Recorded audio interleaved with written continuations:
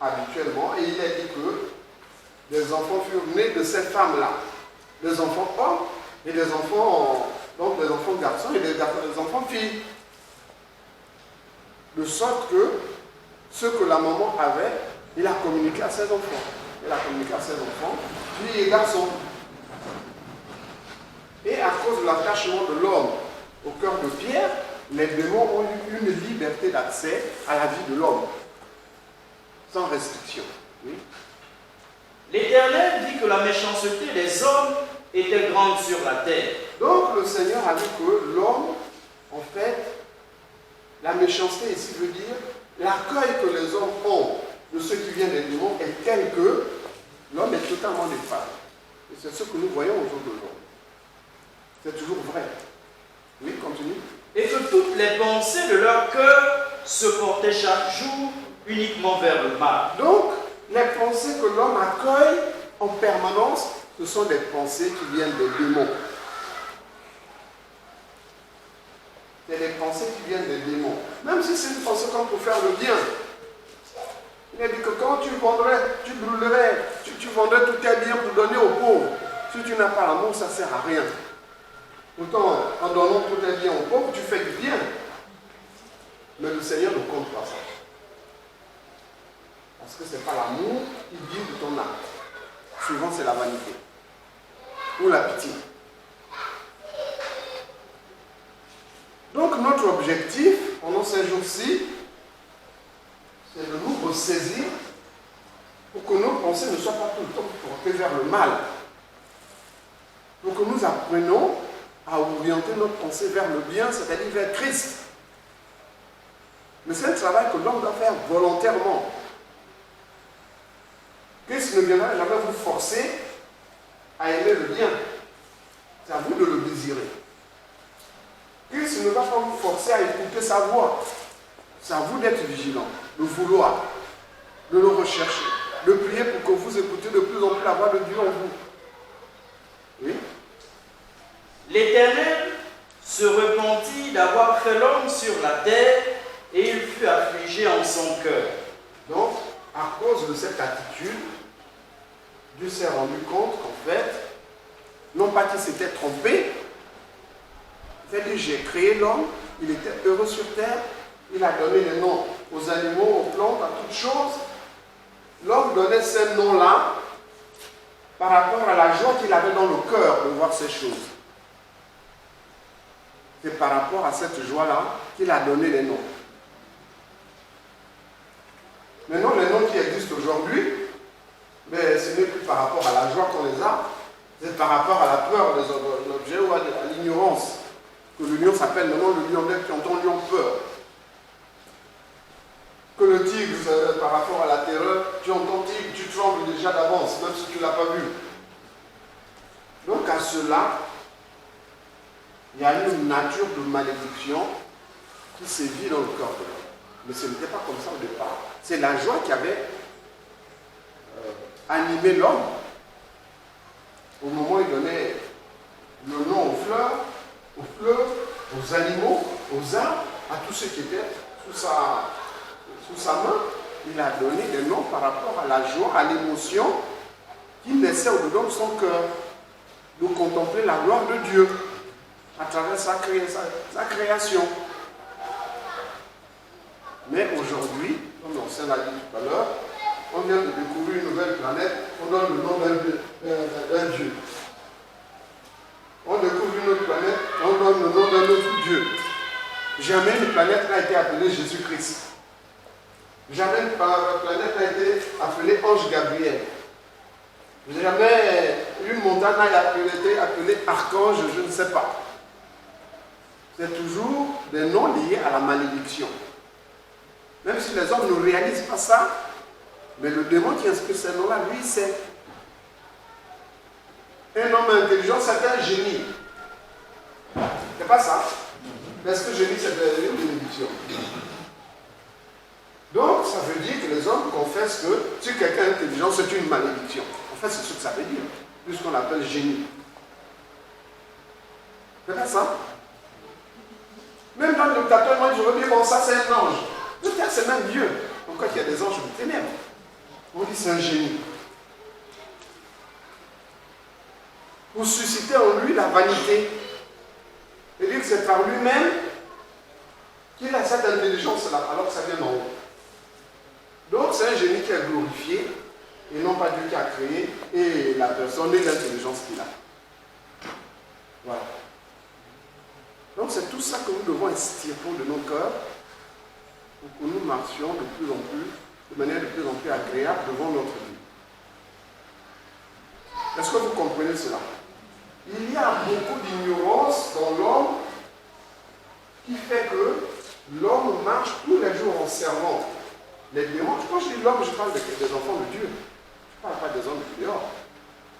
Tous les jours, vous servez les démons sans le savoir. Parce que vous agissez de manière mécanique, de manière automatique, par réflexe, par habitude. Pourquoi? Parce que vous avez été formaté pour obéir aux démons. Nous tous, dès notre naissance, à partir du moment où on a commencé à parler, à s'exprimer, en permanence, 24 heures sur 24, formaté pour obéir aux démons. Maintenant, quand nous avons connu Christ, Christ veut que nous rejetons cette nature-là. C'est de ça que Jésus-Christ est venu nous délivrer. Nous faire connaître d'abord cette nature-là en nous. Ensuite, nous pousser à haïr cette nature. Et ensuite, à la repousser. À repousser cette nature. Nous avons lu on va le relire dans Ésaïe 58, versets 6 et 7. On l'avait déjà lu, on va le relire. Pour que vous sachiez comment le Seigneur nous demande de nous comporter vis-à-vis du mal.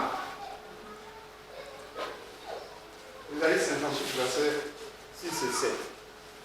Ésaïe 58, versets 6 et 7, il est écrit: voici le jeûne auquel je prends plaisir. Voilà l'attitude que vous devez développer. Oui. Détache les chaînes de la méchanceté. Reconnais en toi la méchanceté. Reconnais ce qui est au-devant de tes pensées. Comment tu réagis par rapport aux événements? Est-ce que tu as tout le temps peur? Tu es tout le temps inquiet? Est-ce que tu réagis dans la colère? Tu réagis dans la tristesse? Est-ce que tu vas tout de suite le manque? Mais qui va m'aider? Comment tu réagis aux choses, aux événements quand ils se présentent devant toi? Quelle est l'attitude que tu as?